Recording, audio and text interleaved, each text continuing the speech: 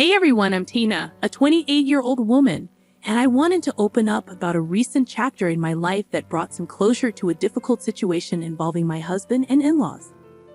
This all unfolded a few months ago, and the chaos has only recently settled. I'm still grappling with the emotional aftermath, and I believe sharing my story might offer some relief. Flashback to 2 years ago when I made a significant life decision, marrying my then boyfriend Jake. We met through mutual friends and spent 3 blissful years together. Jake appeared to be a fun and caring person, showering me with love. He hailed from a wealthy family, complemented by a high-paying job. Our connection deepened over shared interests, especially our love for travel. As we progressed from casual dating to a serious relationship, my friends applauded him as a great guy, genuinely happy for us. The relationship was smooth sailing. Jake's care knew no bounds. He surprised me with thoughtful gifts, even presenting a new laptop on my college graduation day. Despite his generosity, I hesitated about him covering most expenses. Jake, I'm just a college student. I can't afford to reciprocate in the same way. Let's at least split other expenses, I'd insist. Jake, however, dismissed my concerns, emphasizing his desire to spoil his girlfriend. He argued that many of his friends did the same for their partners. Gradually, I accepted his gestures, but I made efforts to reciprocate within my means. Upon securing a well-paying job after college, I was thrilled to finally return the favor. We transitioned to splitting expenses evenly and contemplated moving in together. You can move in with me, Jake suggested. I inherited my house from my grandpa, so you won't have to worry about rent. But let's split other expenses, it wouldn't be fair otherwise. Despite my reservations, Jake reassured me that he wanted to take care of me. However, we agreed to divide other costs more equitably, considering the difference in our incomes.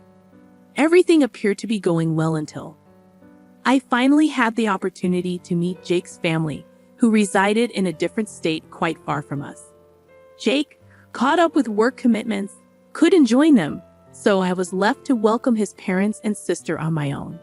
Prior to this meeting, Jake warned me about their occasional judgmental nature, offering a vague heads-up without elaborating. He simply advised me to play along and ignore any potentially hurtful comments. Despite my reservations, I approached the situation with optimism. However, any shred of positivity quickly evaporated upon their arrival. When Jake's parents and sister landed, they appeared visibly annoyed, a stark contrast to the warm reception I anticipated.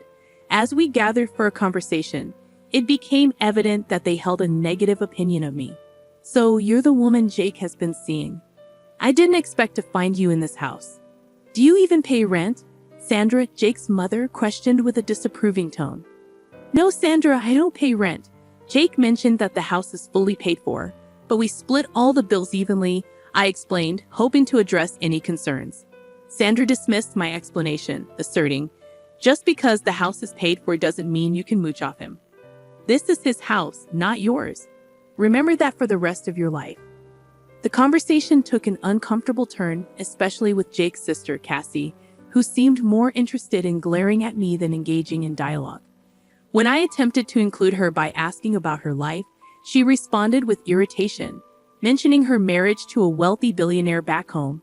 Despite my efforts to bridge the gap, she waved me off, and Jake offered no support, seemingly aligning himself with his family's sentiments. Throughout their stay, Dave and Sandra continued to criticize me. They disapproved of my spending on makeup and skincare, insisting I shouldn't indulge in such luxuries when not contributing enough to the household. Their suspicion that I was relying on Jake's finances intensified, fueled by Jake's occasional unfounded remarks against me. For instance, he casually mentioned, Tina was a struggling student, even when it wasn't entirely true. When we first met, I found myself covering all the expenses, given that Tina had just started a job that didn't quite support her apparent taste for luxury.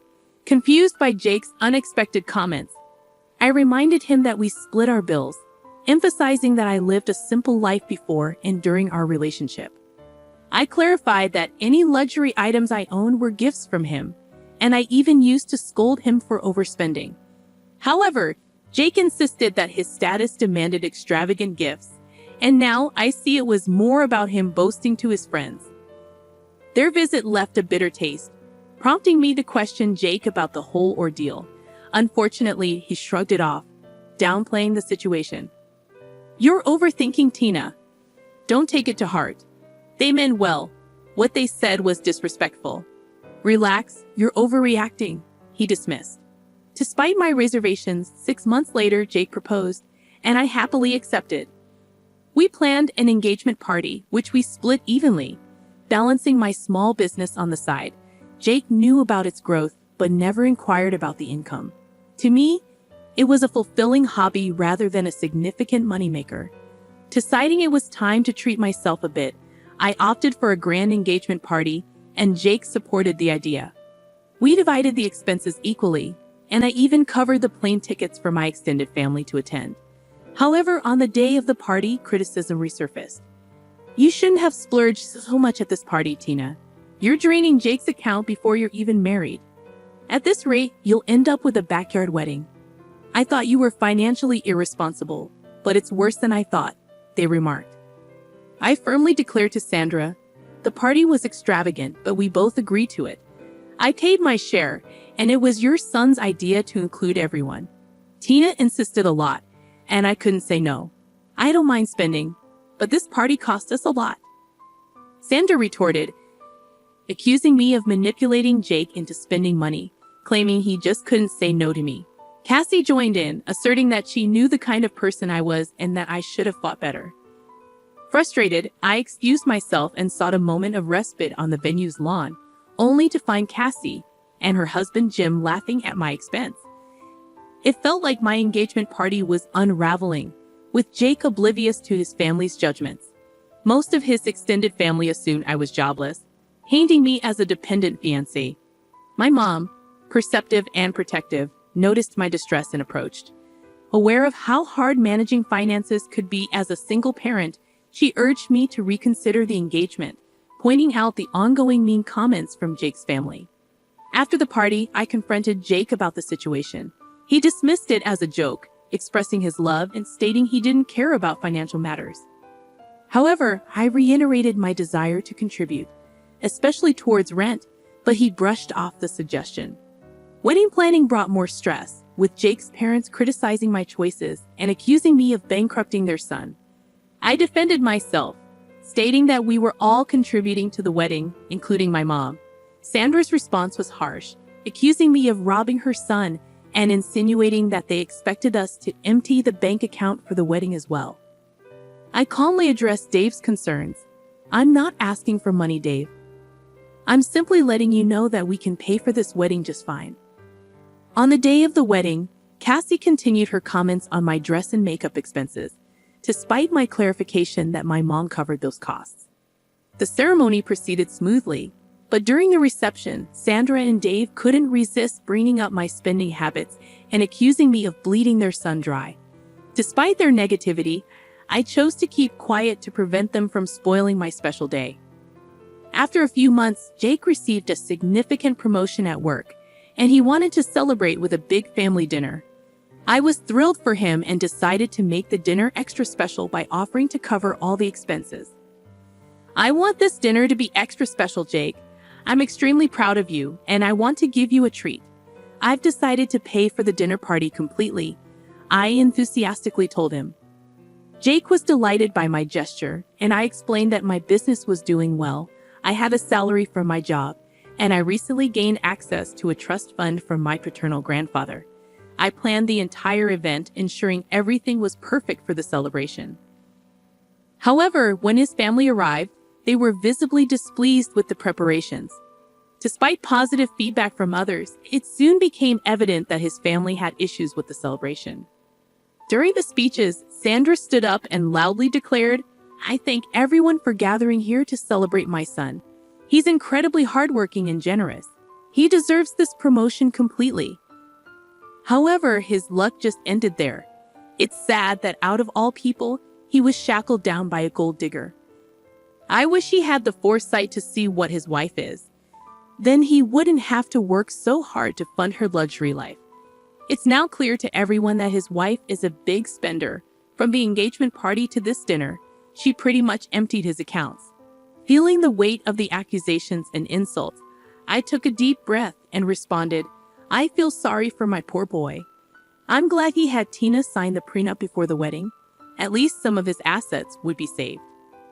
Sandra continued, complaining about her wife's spending habits, expressing relief that she earned enough to keep a trophy wife. Jake joined in, agreeing that he couldn't spend money on himself because there was none left. He remarked that marrying Tina was a mistake, contrasting her with Jim's hypothetical reaction to a gold digger.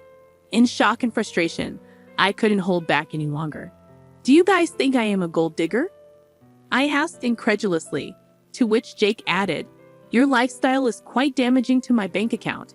Feeling hurt and misunderstood, I decided to address the accusations head-on. "Since I am such a gold digger to you, let me just show you my bank balance.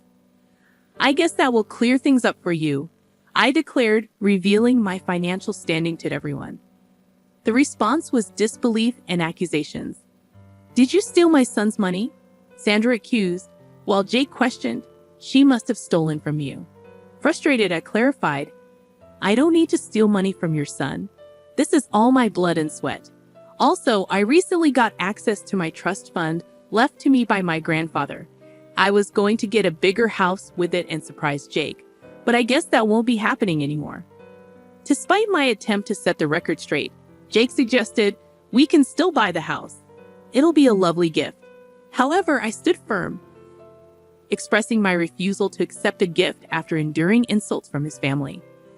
"This is not happening. Your family has been insulting me for too long, and you never once stood up for me. Instead, you made up these lies about how I'm using your money," I asserted, feeling the need to address the long-standing issue. Jake attempted to downplay the situation, claiming I was overreacting. However, I stood my ground, stating, "No, I am not overreacting. All the people here know what your family has been calling me. They were here when you let them insult me during our engagement party." Feeling the weight of years of disrespect and humiliation, I finally decided I could no longer tolerate the toxic environment. I sternly told Jake, I want a divorce. He attempted to plead and explain, but my mom intervened, advising him to keep quiet. "You never defended my girl all these years. It's time she ends this toxic relationship for good," she asserted. We left the party, leaving the shocked attendees whispering amongst themselves. Despite exposing Jake to his extended family, friends, and colleagues, I didn't care anymore. I was done with him. Mom and I went straight to the house, collected my belongings, and Jake kept blowing up my phone in an attempt to talk. I muted it and went to stay with my mother. The next day, I contacted my cousin, a lawyer, to draw up divorce papers. With a prenuptial agreement in place, the split would be straightforward, and I wouldn't have to give him any money, despite having more than him now. Jake and his family showed up at my mom's place demanding to talk. Mom firmly told them to leave, and Jake kept trying to contact me, sending a range of messages from sobbing apologies to threatening harm. I stored all the recordings, preparing for a potential restraining order. Despite the emotional turmoil, I found strength in my mother's support.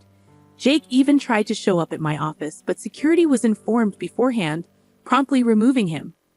It was then I decided to quit my job. Though well-paying, my booming business meant I no longer needed it, and I wasn't interested in becoming a millionaire. I simply desired a peaceful life with dignity, so I submitted my notice that day and decided to move forward. A week after serving Jake with divorce papers at his workplace, he showed up at my former workplace, only to discover I had already quit. Colleagues informed me about his persistent attempts to send flowers and gifts to my mother's address. We returned the parcels, but the harassment continued, prompting me to contemplate relocation. With my mother's support, I found a perfect house in the next state, offering me a haven away from my ex. Currently awaiting finalization of paperwork, the judge granted a relatively smooth divorce due to the solid prenuptial agreement. During the 6 months of separation, I used the time to gather myself. Once the divorce was finalized, I promptly moved to my new home, changing my number to escape the relentless spam from Jake and his family. I heard Jake's life was in turmoil, blaming his parents for the marriage breakdown. Professionally, he faced a significant setback, with colleagues avoiding him and seniors displeased with the negative publicity in their close-knit community. His parents resorted to spreading rumors about infidelity, but fortunately, these falsehoods failed to gain traction. On the contrary, my life took a positive turn. Focused on enhancing my business and relishing newfound freedom, I started going out and even ventured into the dating scene. Jake's insecurities made me cautious about committing too quickly, but I remain hopeful that with time, I will heal and find someone who truly cherishes me. While Jake's actions caused me pain, the strength gained from overcoming those challenges has propelled me into a